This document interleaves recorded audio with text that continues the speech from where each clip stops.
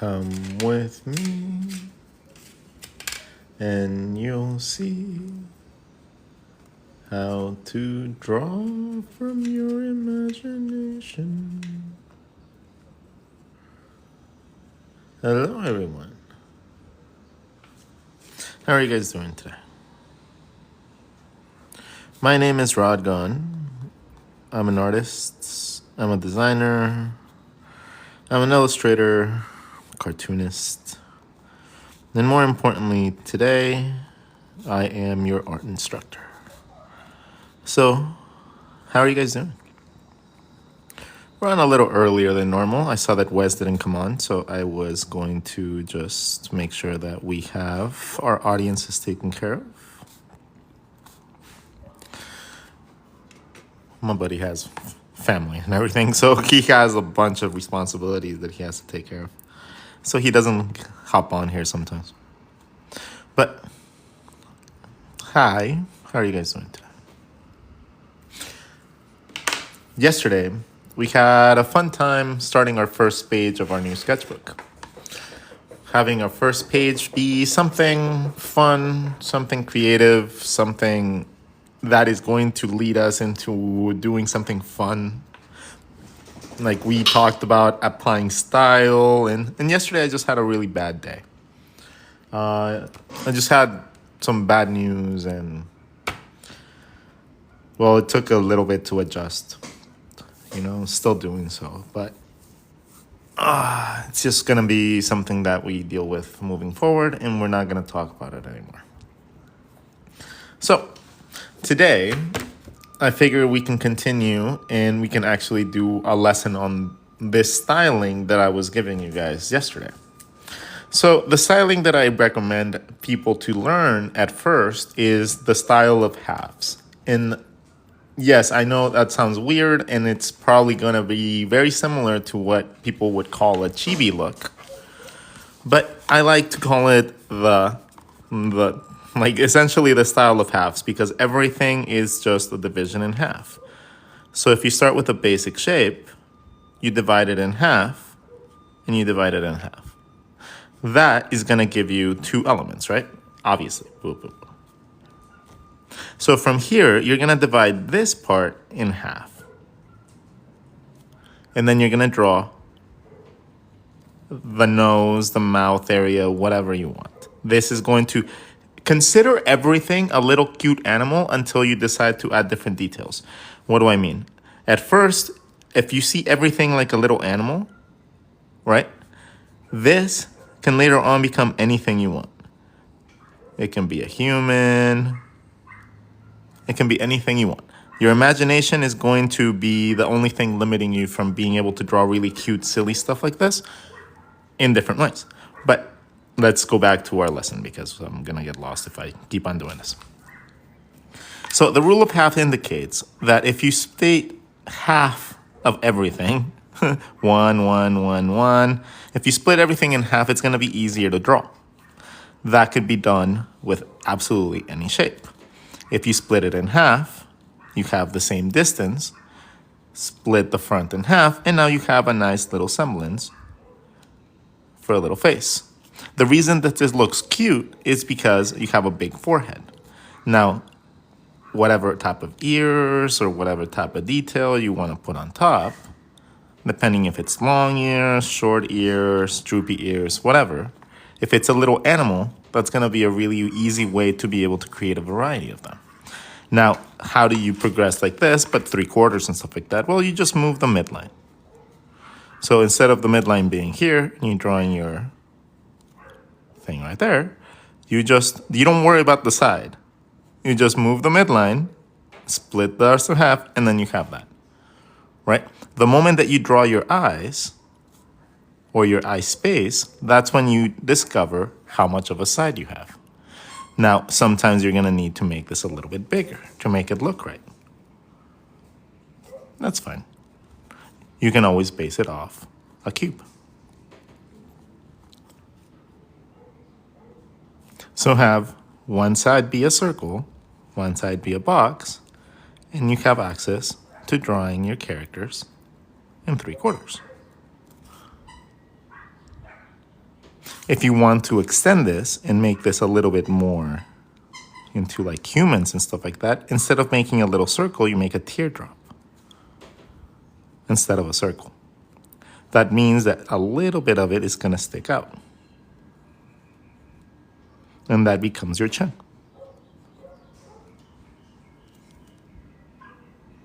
So that is essentially how you would go about using a box and a circle and the rule of halves to draw somebody's face really cute. So, so we'll draw a really cute animal on one side.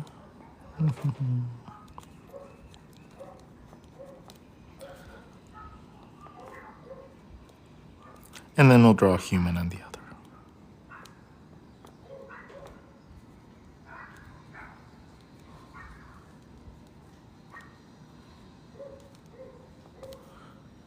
So the actual act of the human having a chin is the only difference in that whole structure. So it's exactly the same until you add a chin. And then if you add a chin, it becomes more human. So now if you guys will stay for our lesson today, we have about 150 people. Let's see if we can get that like count to about 15K. If you guys can get me there, that'd be amazing. I know you guys can though. You guys always break every single measure that I do. Now, if you guys don't want super cute things, you guys want something different, you can either stretch the shape, you can squash the shape, and have the same thing. Just draw half, half, and you have access to drawing yourself cute little characters. 3/4, add a circle. Ta-da! Like, it really does not get much easier than that. Okay? When you do 3/4, you need to realize that your cheekbone is going to show a little bit. So once you have 3/4, you end up having a little bit of your nose bridge. So that could be something that you work on later on. If your head is like a bear and you don't necessarily have a neck, it's just a big piece of like, like body going in, you normally just do something like that. You add your bear, and wherever you put your nose, the underside right here becomes essentially the bottom of your neck. Since you don't have a neck, since their bodies don't connect the same that we do, we need to find a way to be able to move the head up and down, right? Because if I want to move my head up and down to be able to tell a story, this character now needs that midline is going to be up here. All this area right here is going to be the underside of the mouth, and that just connects to the body. So, as you rotate up, the ears rotate down, and you end up with the ability to be able to move your character up and down. A lot easier. This later on translates to a human. Okay? This will later on translate to doing that with human beings. Doing it simply with a bear will later on translate to understanding these forms as you get better. As you understand the connections between things. Because everything is very similar. It's just a matter of perception. So, remember, let's try to get to 15K. And we'll continue this lesson.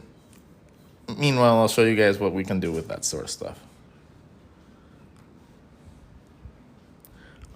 All this sort of stuff is done normally with that sort of thought process in mind. Even my characters like these, like if you can see, it's a box split in half. Most of the detail in the middle part, and then I just add my chin.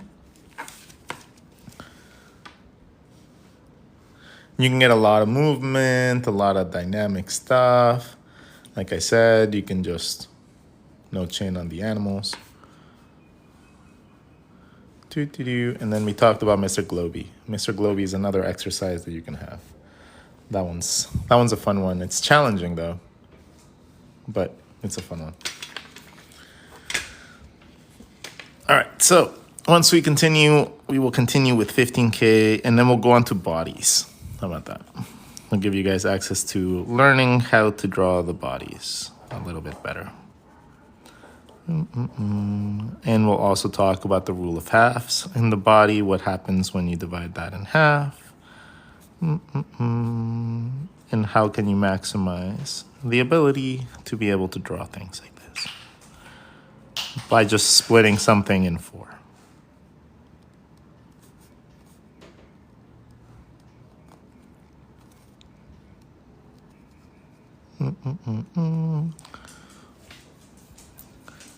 Because getting there, again, it's not super difficult. It's just a matter of perception. Like once you understand how to do it once, it becomes incredibly simple to be able to do it multiple times, but you need to unlock that door. If you don't unlock that door and nobody shows you how to unlock that door, drawing it becomes really hard. But if someone takes the time to be able to just show you how easy it is to maneuver your body around, then sometimes that simple example, that simple vision, somebody just doing it in front of you, can make the world of difference. And that's why I hop on here every day. That's why I hop on here every single day, and I draw in front of you, in front of thousands of people, hoping I don't mess up. So that you guys might have somebody there to maybe hopefully show you this, because this is normally not something that people do. Like normally people just don't do that. Or if they do, they don't know how to explain what they're talking about. So you end up more confused because they're doing shortcuts, they're doing all these tips and tricks, and then you don't know how they got there. So even through observation, we end up confused. Because I know, because that was me. That was me for so many years. That was me. That was straight up me. Like, I don't say this just out of the, like, some bullshit. No, I say all this stuff because that was me. I was confused. I was lost. I didn't know what to do. I didn't know where to look for, and I didn't have money. So it's not like I could just go and magically pay someone to do things for me. Why do you guys think that I do everything with a ballpoint pen and in a simple sketchbook and stuff? Because I don't want anybody to feel like you guys can't do it because you can't afford it. I don't want you guys to ever feel like you can't do something because you can't afford it. So I'm going to teach you guys everything I can with the cheapest materials you can find. Yeah, you guys can always opt for better materials. That's perfectly fine. But in order for me around the world to be able to teach and still have everybody be able to be included, a simple ballpoint pen and a highlighter. That's all you need. And you can get as good as I am. I promise you that.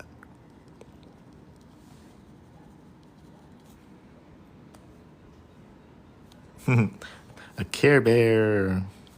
Yeah, I've been drawing bears. I've been drawing a lot of red pandas lately. They're so cute and so easy to draw.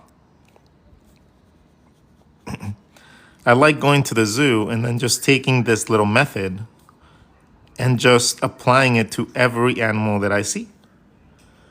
And then by doing so, I get the ability to draw every animal on command. Like, I just need to sit down and want to do it, and I can do it. I got really lucky, and I know I hate the word luck, but I got really lucky that I got to work at the zoo. Okay? I got to work at the San Diego Zoo for a very long time, like 4 years or something like that. And I got to work as a caricature artist. So I got to draw people with their favorite animals, and I got really, really good at drawing very specific animals. One of them being the beautiful red panda.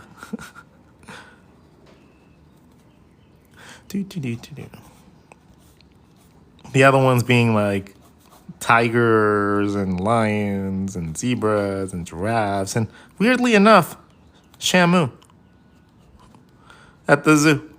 Weirdly enough, so many people want to be drawn with Shamu. So I got really good at drawing orcas.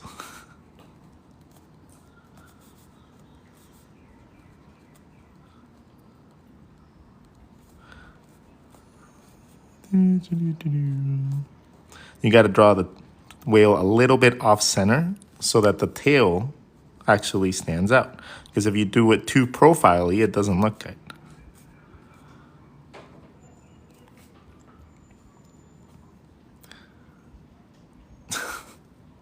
But you would have to draw them really quick, right? You would have to draw them really quick on top of the person. So you would have to draw their little chibi bodies, right? And then you draw Shamu on the horizon. And then they have their little caricature heads. They're like, yay!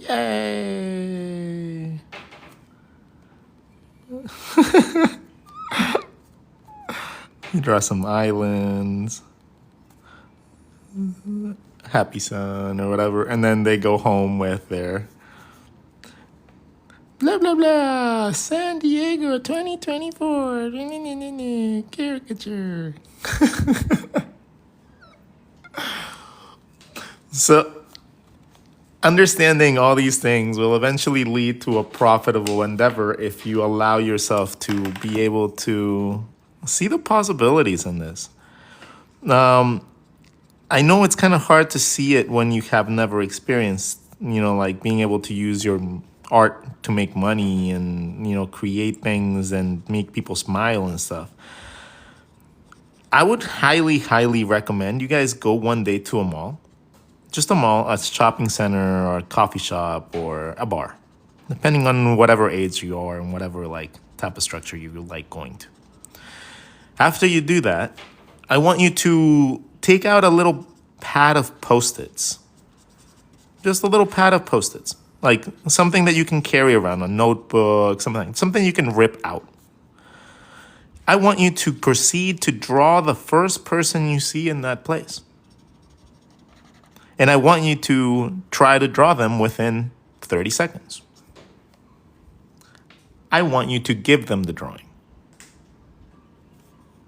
You will proceed to give them regardless of how it comes out. This is where the honor system comes in, and this is where your test of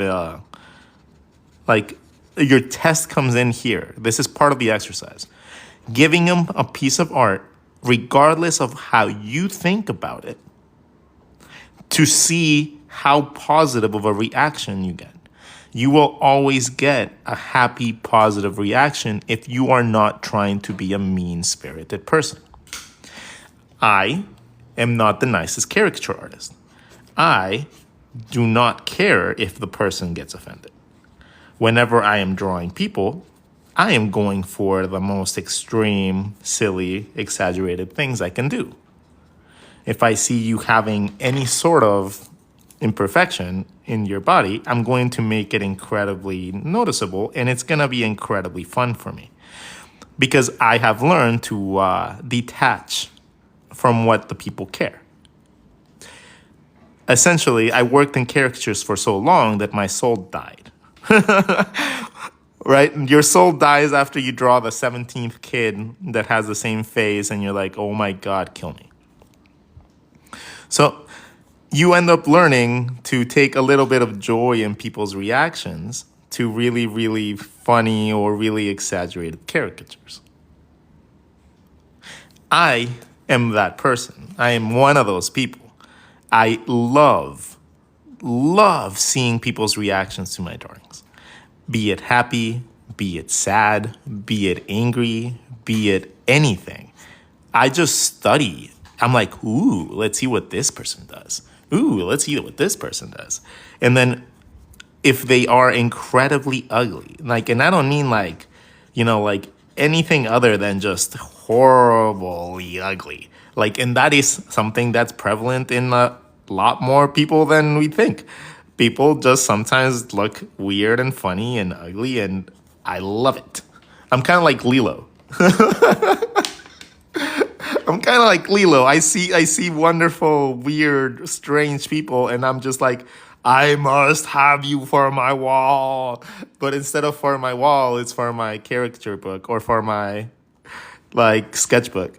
I must have you.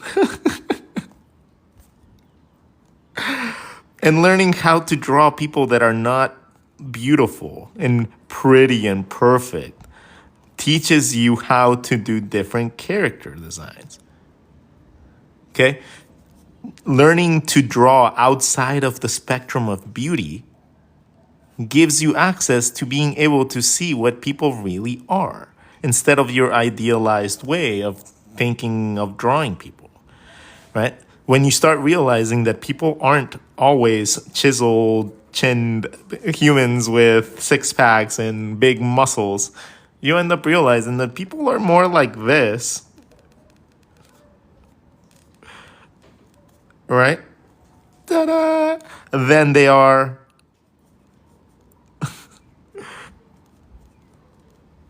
like this. So when people try to draw super detailed art, right, people are much more close to this than they are to what you're trying to draw. Like a human being is more blobby than it is like this. This is more idealized and this is more structured to make it look stylized and aesthetically pleasing for somebody. Most of the time, when you're just chilling and drawing people, if you want to get them to be like natural stands, a lot of it just comes from the actual simplicity of the pose.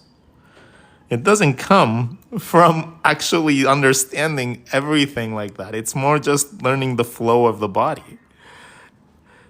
If you understand how to flow your body by going outside, inside volume, you can draw all those people doing anything you want so much easier.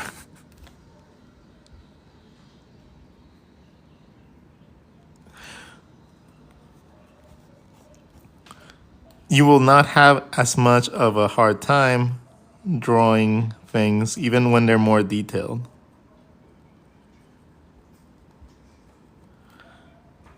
Okay? Because you're essentially building your structure, and then from there you can do all your divisions of anatomy and stuff like that. But until you get to that point, just focus on this. Focus on the basic flow of things. Until you master this, don't move on to adding detail, because this is your foundations.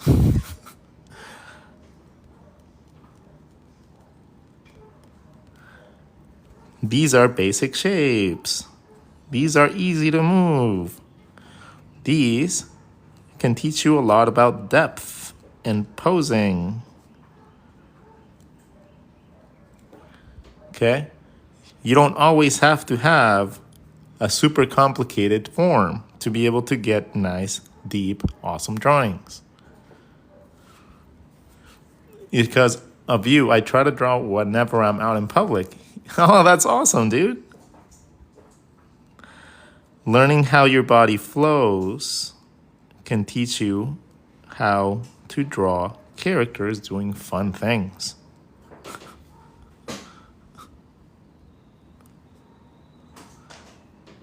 Learn at this level to a masterful amount, and then later on, things like this will be easy as they will be easy as I will censor myself, but it's that actually it's like that. It is that simple. It just takes a while and people don't like going through that step process. So let's go to my little book of lessons, okay?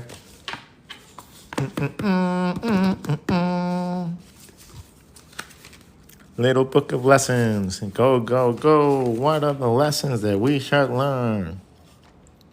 Okay, so we did a couple exercises in the car. If you guys don't know how to draw your eyes in different positions, these exercises like this are your absolute best friend. Just take a sphere and draw yourself something along the lines like that. So you go boop, boop, boop, boop. So if you have a little bit of time and you don't know how to draw eyes in different positions, you just draw a circle, draw a guideline.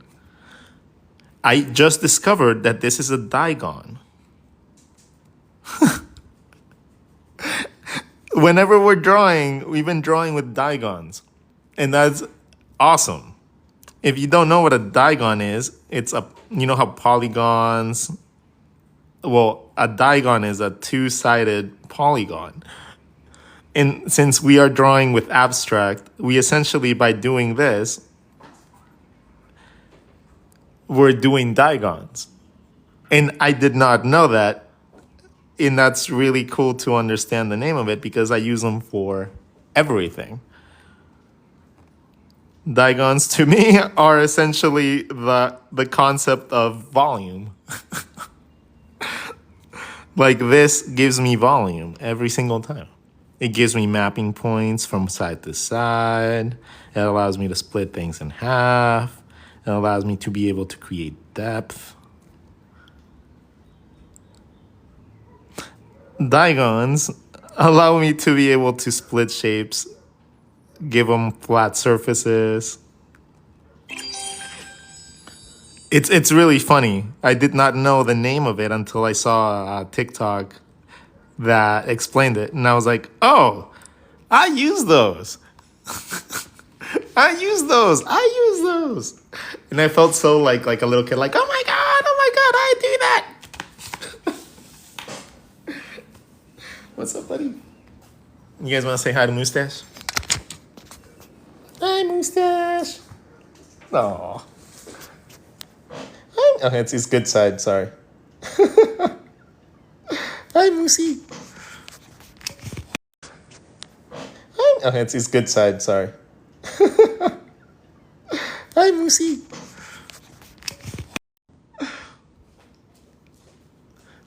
Sorry about that. I accidentally clicked off the stream when I put it back on the thing.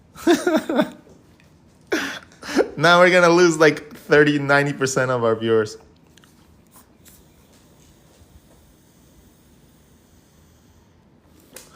It happens every time I accidentally do that.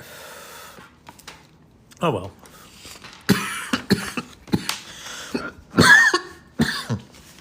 Well, we were talking about guidelines and exercises. Hey, sit down. Good boy.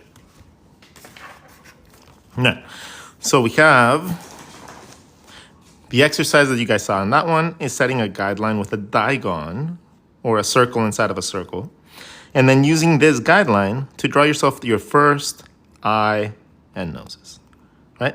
Just draw an eye and a nose. Using that same guideline, see if you can draw that in different positions. By using that same guideline, see if you can maneuver your eyes around your head. You can do this sort of exercise with every body part. If you are having issues drawing things like noses, draw a nose. Draw a nose. Draw a nose. There's going to be a point in which you don't know where and how to draw it. Take note of that point and then study that. Draw another guideline. Draw another nose. Draw another nose. As you learn and you map these out, you will eventually be able to draw the nose in every single position, mostly because you just spent the time doing so. Right? You don't have to spend your time drawing faces, the entirety of the face, just to practice a nose. If you want to learn how to move an element in space, do that. But actually, putting other things together with it is always going to be beneficial.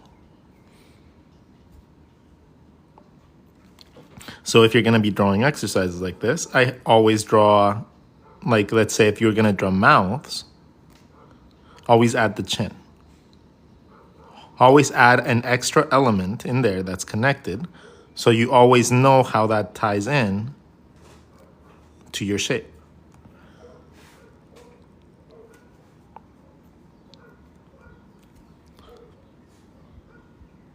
Like always add the extra element. For example, like learning how to make your face go up is incredibly easy. I know that a lot of people like struggle so much with understanding how to make their heads look up, right? Like it's a common thing. A lot of people have issues with that. So let's solve that. So if we have our ear, the bottom of our ear, and we have our chin, right? If we connect it, we have a jaw structure. We all agree on that, right?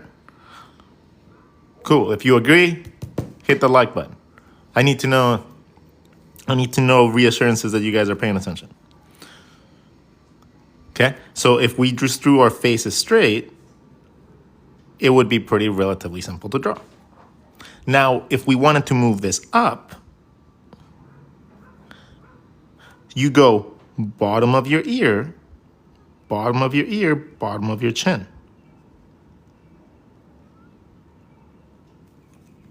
But this looks weird, right? But because it looks weird because the ear, instead of going this way, by rotating up, this rotates down.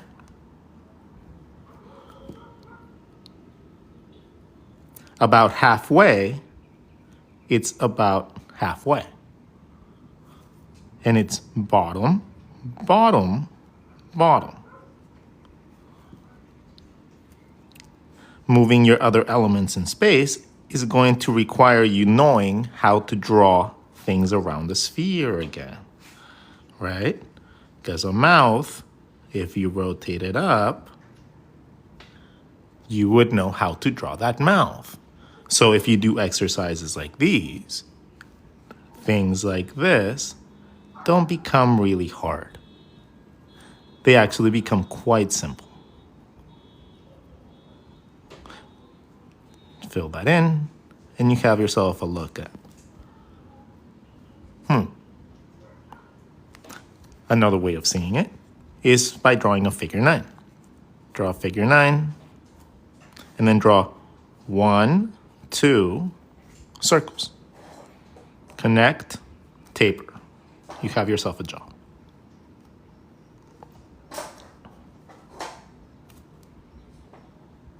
Whatever structure you use of your nose is going to stick out, your lip might stick out a little bit, and your chin's going to stick out a little bit. But other than that, you have yourself a pretty solid structure. If you make that 9, and you point those circles in different directions, you have yourself access to drawing your head in every single position you want. Just by knowing a figure 9. That's kind of cool, huh? Yeah, I would step up your game. Instead of doing it from references, do it from life. Just do it from life. See, go to a coffee shop. But if you go to a coffee shop and you wait like for somebody to pay, see if you can like draw them before they finish paying, and then you can like get them paying or getting their wallet out. You know, like that will teach you more of like natural stances instead of modeling. It'll teach you how people actually stand, how their clothing actually drapes. You know, it'll teach you how they actually wear their clothing.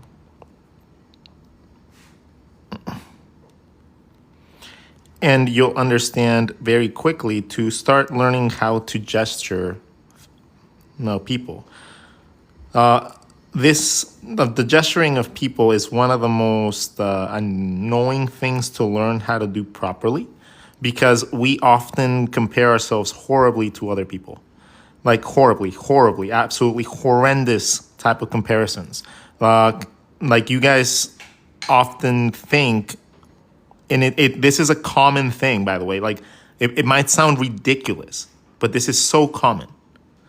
People compare their 4 months of drawing or experience and their inability to draw like me or similar people. And they're like, oh, I don't know. I've been doing this for 4 months. Like, I don't know why I can't do it. I'm like, yo, dude, like, for it to click, it took me like 7 years. And I'm not a naturally gifted person at all. So I'm not saying that that's the time it should take. Absolutely not. But it took me about that long. And I was so happy that it only took that long. So I'm like, your 4 months and your struggle over 4 months is very, very, very, very commendable. But it's not going to be 4 months is not going to define your career unless you hammer yourself into the fucking floor trying to learn every aspect of what you're doing. And if you don't know how you personally learn, like if you have not taken like the time to understand how you like absorb information, I would highly recommend you guys go and like do the little sketchbook habits videos and stuff like that I have, because I try to explain that a little bit more there. Because our sketchbooks, we don't use them how we're supposed to most of the time. Our sketchbooks are learning tools. This is your best and absolutely most dire expedited way to get better. Your sketchbook is quite frankly your place to make mistakes, but make mistakes geared towards learning something. And what I mean by that is, if your sketchbook looks too pretty, it's not a sketchbook, it's a gallery book. You're essentially building a portfolio that you want to carry around. And that is commendable as well, that's beautiful. But you're not going to learn much from that. You're not. Doing finished rendered pieces teaches you how to beautifully render and stylize the knowledge you already have. Sketching, drawing, doodling, if you may call that, is more of a way to understand your thoughts and understand how to improve on your dexterity. Learn how to apply the knowledge that you have learned, how to modify it, how to see it your own way. Doing things like this is what takes time. This is the hard part. It's not drawing the cute things that you like, it's doing the things that you don't like and making them work.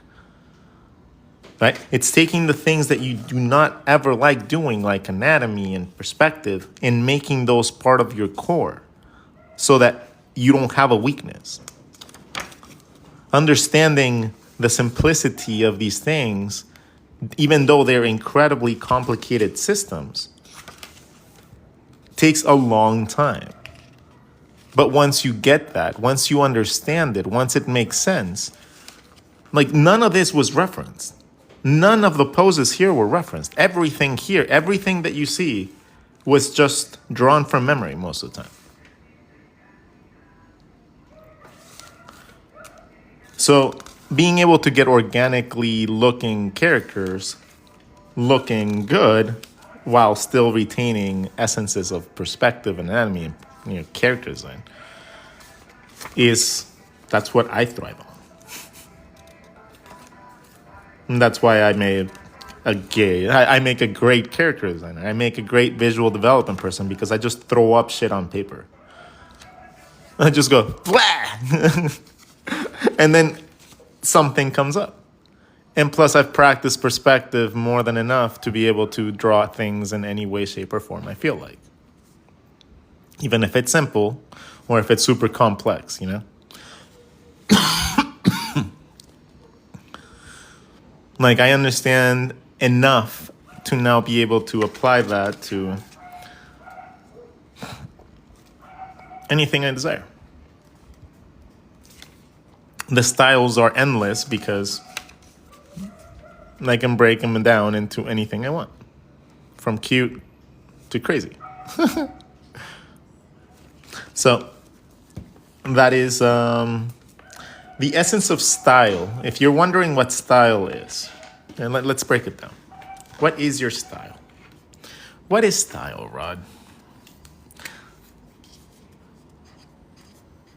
what is your style? Well, Ron, I get asked this all the time. How do you find your style? How do you do that style? Blah, blah, blah, blah style. Well, your style is probably not what you think. Your style comes from a couple things, okay? It's gonna come from essentially 3 parts of your knowledge base. Your style, the number one thing is going to be your knowledge, right? Everything here is gonna be knowledge, but it's gonna be knowledge applied in different ways. So the first thing you need to really, really, really know is your dexterity. So what can you do with your hand? If you have a pencil, right, a pen or whatever, what can you do with it that's going to be able to generate some sort of positive result? Okay? Your dexterity comes from your practice. So if you practice drawing in general, the act of drawing, even if you're not good at it, even if you don't know how to do it, if you practice drawing things in front of you, you'll get better. So that is just like literally, do you know how to use art materials? If not, do you know how to use anything that marks on anything that can be marked on? AKA a pencil, a marker, a crayon, anything that can paint or draw or stain can create art.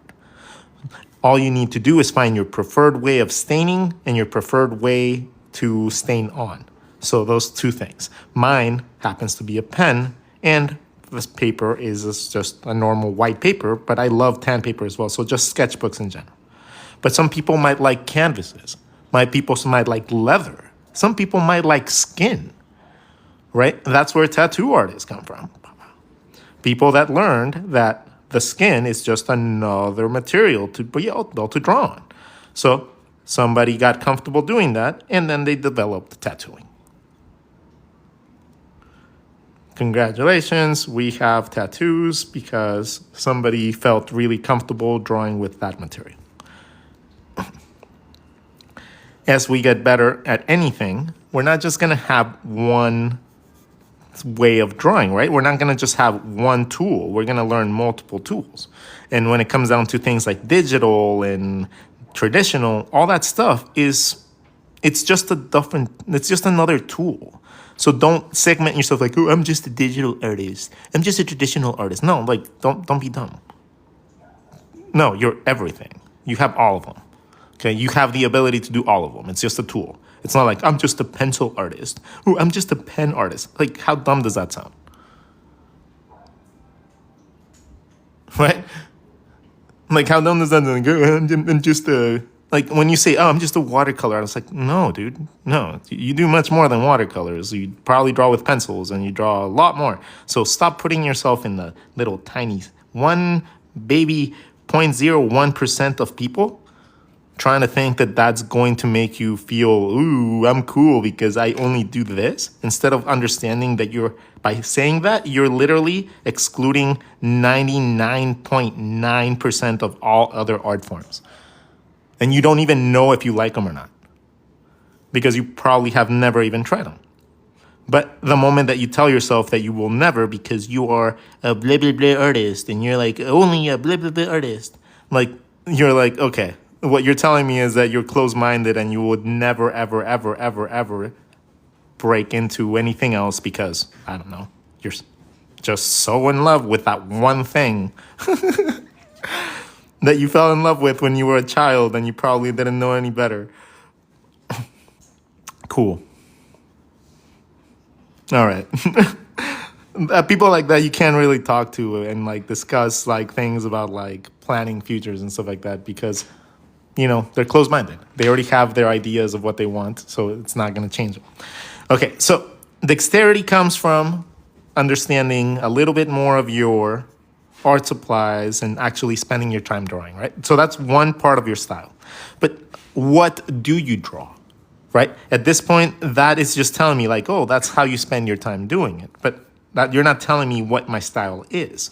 Well, your style comes from an understanding of that your dexterity. Without understanding this, without dexterity, you don't have anything, right? If you don't know how to draw shapes and circles and lines, you can't draw shit. It just doesn't happen.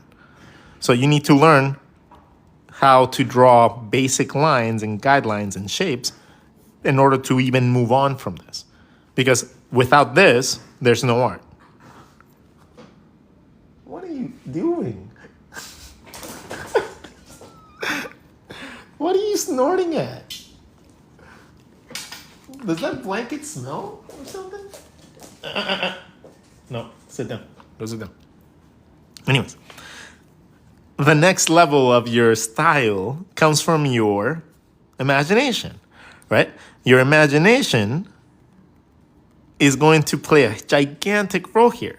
Now, your imagination can only go so far by itself. Your imagination is like a sponge, right? We'll draw a little sponge. And that's your imagination. And I'll draw glasses on it because it's me. Okay? So my imagination is a sponge. Everything that I have ever thought was cool, everything. From, I don't know, superheroes. Destroy Spider-Man.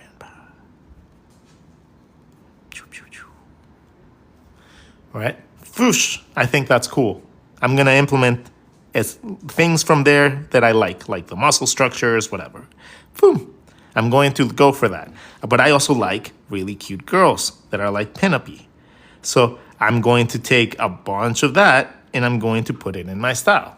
Then I'm going to really, really enjoy really cute, adorable animals. I've always loved adorable animals. So I'm going to add that in there. And everything that I watch, everything that I inhale, everything that I read, everything that I look at, subscribe to, is feeding into this. Every TV show that I have ever seen is feeding into my imagination. Dragon Ball, Naruto, anything, right? All that stuff is just feeding into my imagination. It's feeding into my storytelling capabilities. It's teaching me how to actually write a cool story without me actually doing so, because I'm absorbing everything. So taking that into consideration, you need to live your life and actually do cool shit in order to be able to fuel this. If you just stay home and don't do anything, you are going to run into a block. You're going to run into like, fuck. Okay, damn. I don't know what to do. I don't know what to draw. I don't know what to do this. I promise you that if you just went outside your home and you went to live your life a little bit, just went out to the park, observed, talked to some people, you would have something to draw immediately. Because people inspire, people motivate, people make you feel love, hatred, jealousy, whatever. And all that inspires art. That inspires your imagination. Okay? So you need to go live life. Go live so you can imagine. Okay? And this is a big component because if you don't watch movies, if you don't look at comics, if you don't read books, if you don't do any of that, how are you going to possibly ever think about doing it yourself? Like, no joke, that's just simply that. It's that simple. Do the things that you want to do later on. Do the things you want to create. I don't work at Disney Animations. The next thing. The third part of your style is your knowledge, right? Your knowledge, and this is the part that everybody skips. So everybody focuses on their dexterity. So they practice and they practice and they practice, and they take imagination and they take inspiration and reference. So this is where like your favorite artists and stuff like that fall, right? So if you just take the time copying, if you copy and use dexterity, copy and dexterity, you're going to get decent. But at the end of the day, it's just not your knowledge. So you're copying somebody else's simplification, somebody else's structure, somebody else's cheating way of drawing what they did, right? Drawing a nose like this is not a nose. It is a little tiny little sushi. making it a nose requires a little bit of knowledge. A lot of people, when they draw their noses like that, they don't understand what is going in there. They don't. They just think it's a line. And that is the style copier. Understanding volume and understanding the body parts takes knowledge. This takes anatomy, perspective, and stylization. All those things need to be applied to make a simple nose like this look decent. It's weird. And the thing is, it doesn't matter what type of nose I draw. I can make that the same because I understand the concepts of what goes into a nose. Because I have studied this. Right? So taking a very simple concept of the nose and then changing those parts to different things is not very hard for me. Because knowledge is there. I can bend the rules once I understand the rules. But if you don't understand the rules, even doing this, even turning this into a frontal view or something like that would be an impossibility. And that is a good test for yourself. If you can't see volume, understand that you have to apply a little bit more into your knowledge base and focus a little bit less on your imagination and your dexterity. Because without this, you never get to unlock anything. And this is where your perspective falls in, right? And I don't mean horizon perspective. I mean literally isometric perspective. How to connect circles inside circles, how to connect circles to each other, how to make the edges of elements touch. And when you're ready, you draw big boxes, and then you do little checkered boards, and then you can draw all your elements here for backgrounds and shit, and then crop it for whatever backgrounds and designs you guys want to do. That's how you learn basic perspective. Besides from that, you need knowledge in anatomy if you're going to go into character design. Anatomy, and I don't mean anatomy like learn how to draw every eyelash. No, that's dumb. Not like that. Okay? What you need to learn is placements and flow. You need to learn how your body structure works, right? Flow of their system. For each individual body part, it has its own little basic guidelines. The upper body flows over your shoulders. Your lower body flows over your hips. So if you understand just that, you can learn about sushis. And sushis give you access to drawing really cool poses for both the top and the bottom of your body.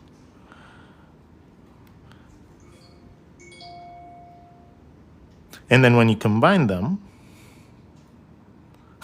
that's a bad combination.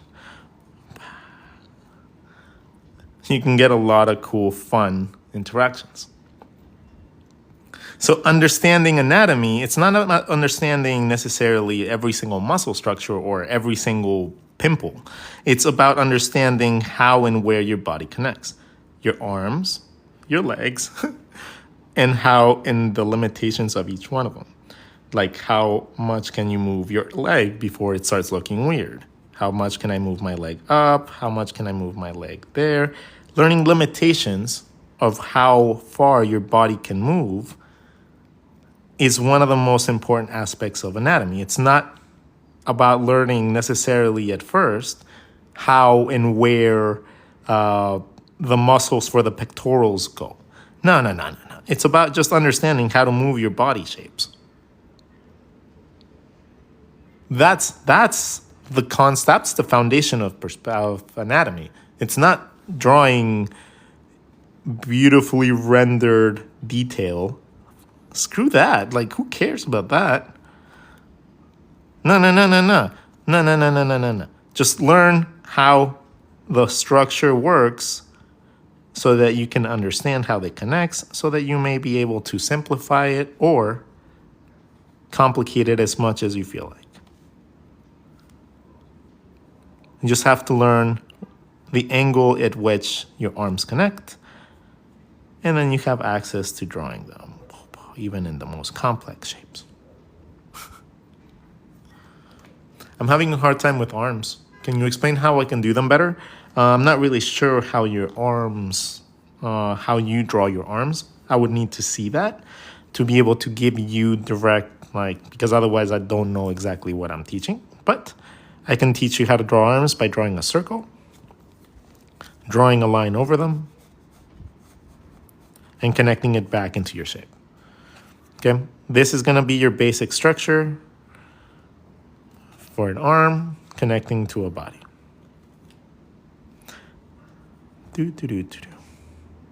A lot of the times I like to tell people to think of that like a t-shirt.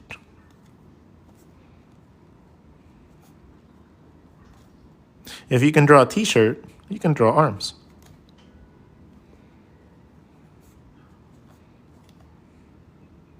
If you can draw a t-shirt, all your problems go away.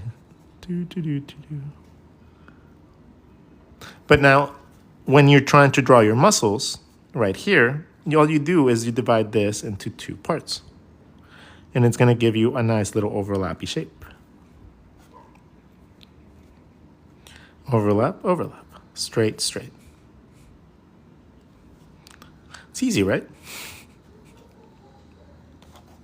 So, body, t-shirt,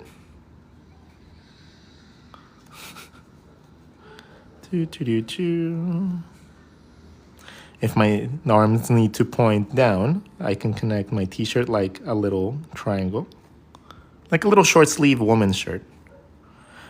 And then from there, it could literally just be, always draw from the top of your arm too. It's easier to draw the outside edge of your arm and then going back into your body. Outside edge, inside towards the body, inside towards the body. It's always going to be easier to draw the outside edge and then draw the inside of the body. It's always going to be easier to draw the outside edge and then inside of the body. Okay? Always going to be easier. Outside edge, inside towards the body. Sometimes it's going to be difficult to find that. But always, I like to always go outside edge, into my hand, inside towards my body. Outside, inside. And I do that with legs too, by the way. Outside, inside. Outside, inside.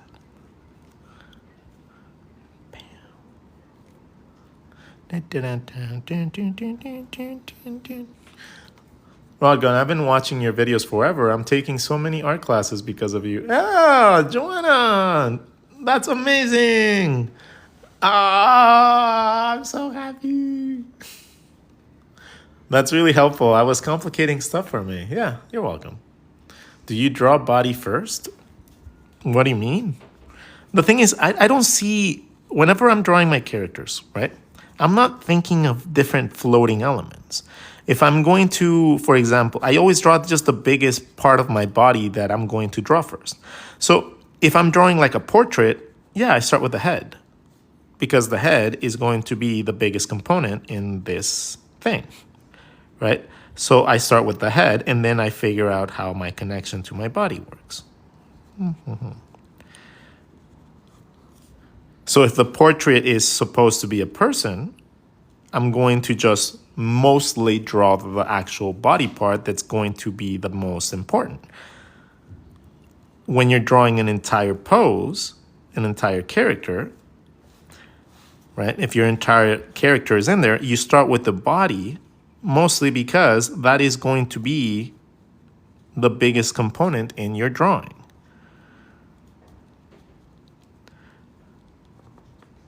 Because you need to center it, because you need to make sure that it looks good.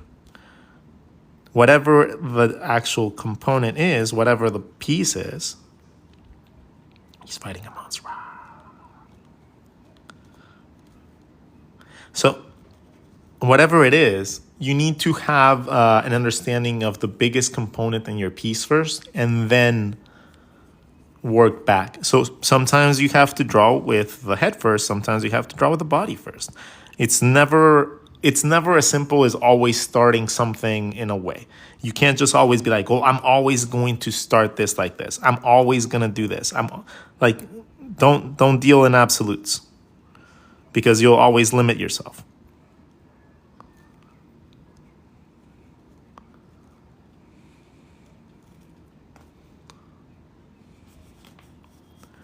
Okay? Don't put absolutes into your like vocabulary. Like I always, always, I always. Stop. Get some help.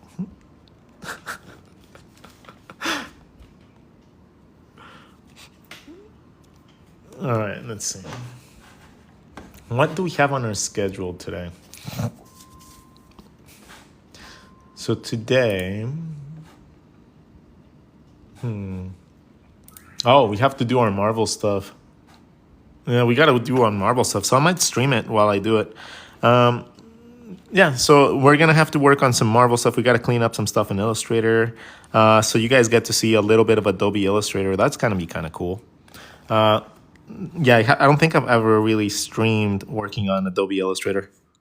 That'll be fun. Don't ask me to be live, please. Like, I'm sorry, but it's always the waste of time. Always, always, always. Like every single human being that I have ever allowed to access that live feature, and like it's never been a person who's like, "Hey, let me ask you a question, Rod." No, it's always some like dumb idiot trying to find like, "Do you want to play a game?" I'm like, "Dude, I'm giving a class." But do you want to play a game? I'm like, "Shut the."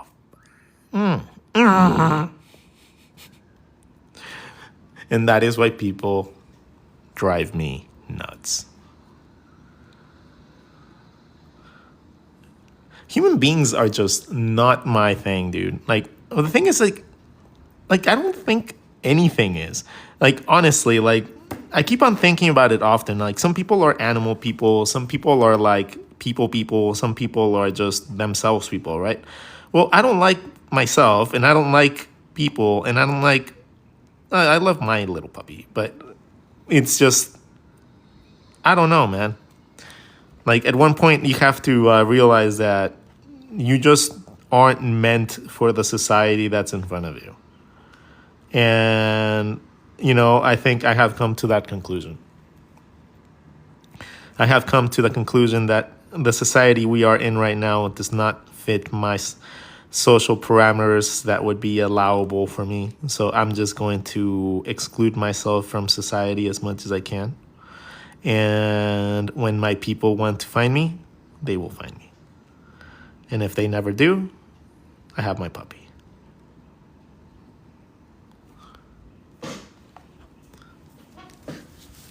Because I'm just tired. I'm tired of trying. I'm honestly so sick and tired of trying. I'm just done. Like every single time I allow another human being into my life, every single time, it's pain. Either they get sick or some hardship or whatever. But every time that I care about someone, it brings pain. And I fucking hate it. I am tired of it. I am just sick and tired of it. And lately, I'm becoming more and more comfortable with the realization that I just won't find people that actually understand me. And it's just like, it's kind of refreshing at some point, but it's still really sad to think about that in 40 years of my life, I've never met someone that's actually just genuinely like there for me. And it's nuts, dude. Or not even like that. Let's put it differently. Someone that I feel comfortable going to if I ever have issues. How about that? How about we just name it that instead of making it seem like I've had a terrible life. I'm very happy with myself, but yeah, at the same time, it's like knowing and like actually knowing that you have no one to talk to whenever you have a shitty day. Even if you do have people you date or you talk to or you, whatever, that means nothing. If you're not able to go to them, if they're not the person that you think about first when something shitty happens and you're able to open up to them, then they're just not going to be that person. Right? And that's the way I see it. And it's just like every single time that I think about allowing someone there like that, it's used to manipulate me. It's used to control me. It's used to guilt me into things.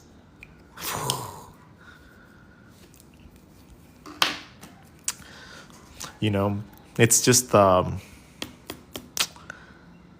you get tired of it really, really, really quickly. Being alone is easy. Being alone is so easy. It's so addictive. It's like terrifyingly addictive to be alone. And if you learn to be happy like that, oh, that's what I want. The moment that I feel like I don't need anyone else, that would be such joy. But my stupid brain doesn't allow me to not want to be around other people. Stupid brain. Being hurt isn't fun, and you learn that by going solo, it's easier to do things. No, I mean, it is. It is. It absolutely is. You know, but sometimes you do like get hit with the realizations like I did today, I think, or yesterday when I was like watching a little stupid video on TikTok, like I always do. Just watching a little stupid video on TikTok just made me go like, huh. Yeah. I really have a very solitary life. And the people that I normally hang out with, they don't bring much joy to my life. They don't. They don't. And it sounds horrible to say, but they don't. And it's starting to make me realize that I don't know. Maybe I just need a new companionship, new friendships, new adventures, new something.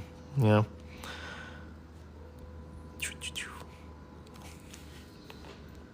The dog is a man's best friend, unconditional love. They never stay mad at you for very long. The only problem with little puppies is that they don't last, very long either. They only last for like 20 years of your life if you're lucky. If you are lucky, you might get 20 years with your puppy.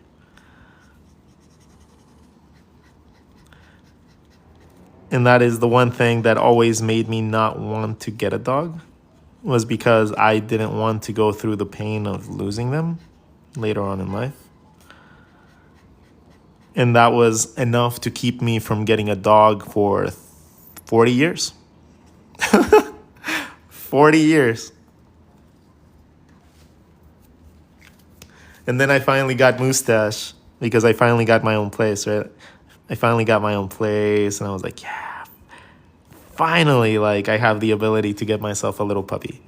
And it's been lovely. But again, I'm not like completely ignorant to the fact that he will go before I am. And I hope not, but at the same time, I need to be here for him.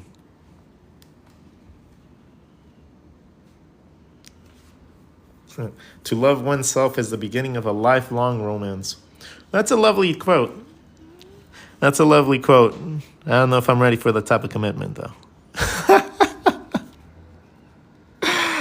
No, that's asking a lot.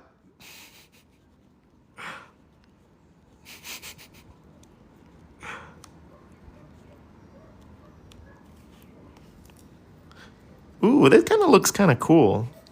We could totally make like a whole like t-shirt line just with a cube. Right? A cube and different ears.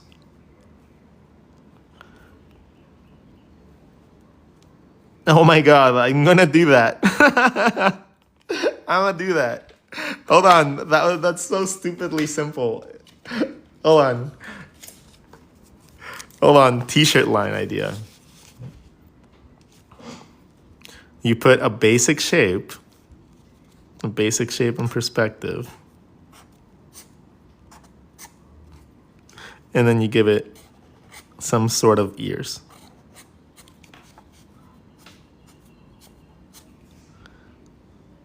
But it has to be isometric perspective. It can't be that shit. Yeah. That works so well. That could be a logo.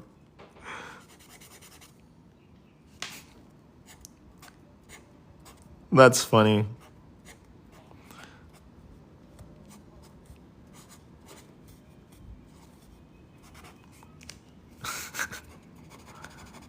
So there's a bad bunny, right? So good bunny.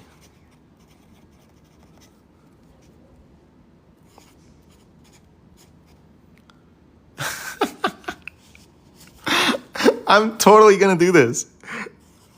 I'm gonna do a basic shape and then a random set of ears. And that's it. Ah, that sounds so funny. So silly, and it would probably sell.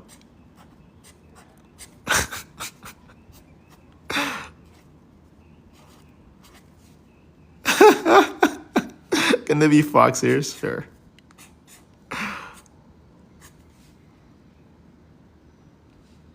I might do that. T-shirt idea?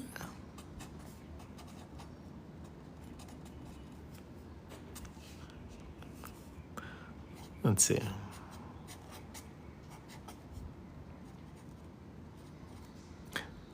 Oh, that would actually look pretty dope. Okay, cool. I think I have a new t-shirt line in mind. Dope. We'll call it Perspective and Anatomy. P&A. Yeah. Yeah, why not? Cool. You guys heard it first. All right. I'm going to even put it in the sketchbook. It's officially part of the sketchbook now.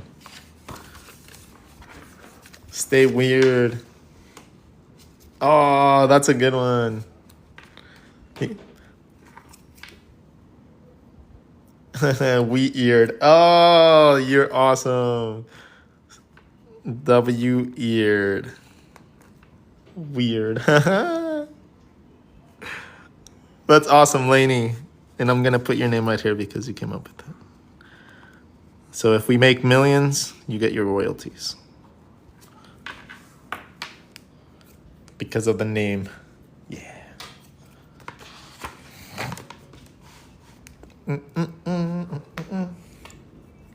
All right. So I think we are pretty close to finishing our stream for our day sketching session. I might hop on a little bit to draw on my iPad, and I'll help you guys with all the stuff with Illustrator and stuff like that. So if you guys want to join us a little later, I might play some music while I do that stuff because it's my freelance work and my free time. So I will do that with music and talk to you guys, and we'll just get work done. Okay? Today is upload day too, so I get to upload videos to all my platforms, and involves new YouTube videos, new little lesson streams, and horribly dirty nails. I have to clean my nails. ADHD, yay. I can't do it until I continue. I can't continue until I do it. It's weird.